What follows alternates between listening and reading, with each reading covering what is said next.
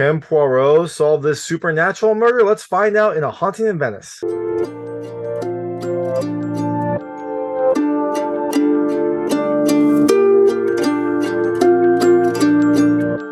everyone, guess who it is? Oh, didn't fool you. It's David Stark from Watch Your Pass. I'm here to talk to you about A Haunting in Venice, the all-new Poirot adventure that's coming just in time for spooky season. Look, I love the earlier Poirot mystery movies, Murder on the Orient Express and Death on the Nile. This one has a very different tone, but look, I got ready for it. I grew out my mustache. I can't grow a Poirot mustache, but I did what I could. I was very excited to see this film, and my hot take is, look, I think you should probably watch it. It feels very different from the previous Poirot movies. It is a little darker, a little more sinister. Definitely has a Halloween spooky season feel to it, which is good because it's coming out in September.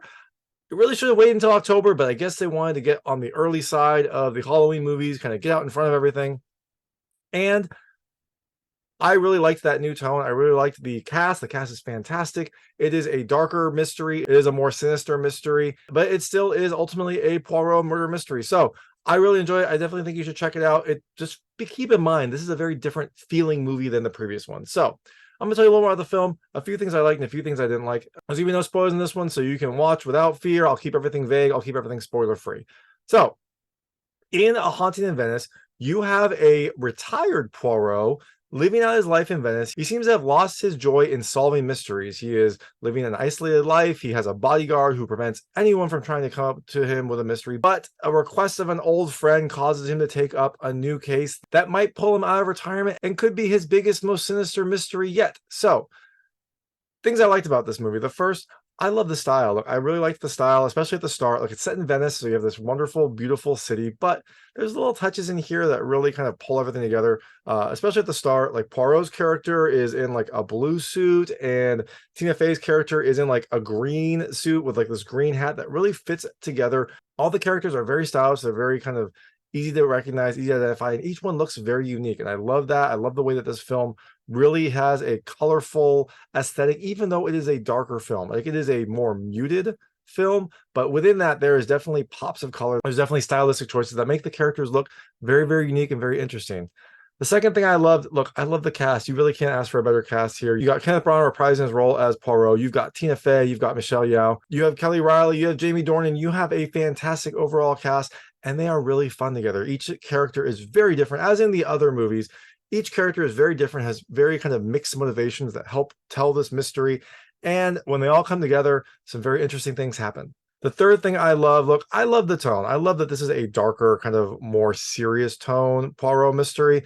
It definitely feels, like I mentioned with the style, the colors are much more muted, even though there are definitely bold stylistic color choices in this film. They are all more muted. This is a movie that takes place at night. Everything is a little bit kind of more sinister. It is in a rundown palazzo. I love the way that the filmmakers crafted this story and gave it just a more serious tone and a little bit of a supernatural tone. Like, the movie's called A Haunting in Venice, so there has to be a little bit of a supernatural underpinning. And there is. And so all of that contributes to a mystery that feels very different from the previous films, but also feels right at home. The third thing I love, look, I love the music. There is some really great music here, especially when some of the scenes become a little more sinister, become a little more supernatural. The music definitely helps to elevate that, definitely helps to elevate your sense of unease, your sense of dread. It really does feel like a PG-13 kind of horror movie at times, and I really liked that. I liked how it kind of kept you on edge. You weren't really sure what was going to happen. Not a ton of like jump scares, but it definitely upped the tension and upped the kind of unease when things were happening. And the last thing I love, look, I love the writing. It probably helps that this is based on an Agatha Christie book. They already had the shell, the bones for this story, but the writing is really fantastic throughout. I loved the way that the characters interacted. There's a lot of like, there's a lot of like sharp dialogue. It's not super fast because that's not how these characters sometimes are, but the dialogue is very sharp. It drip feeds you some information. You get little hints here and there, and it references those throughout the story as Poirot is kind of digging into this mystery. He will reference things that were said, things that happened, and it really kind of pulls everything together. I really liked how you slowly got a bigger picture, you slowly got a better idea of what was happening, but the film fed that to you as the story progressed. So, things I didn't love as much. These are both minor, but the first was a little more disconcerting. The camera work, there are some interesting camera choices in this film that caused me to feel like a little bit of discomfort. Like, I don't know, something about it just didn't mesh. The film has a normal film style, but occasionally you'll get like a fisheye lens view, and occasionally there'll be a shaky cam. I think it's there for effect, but for me, it just kind of threw me off, made me feel a little bit discomfort, made me feel like, oh, like what am I seeing?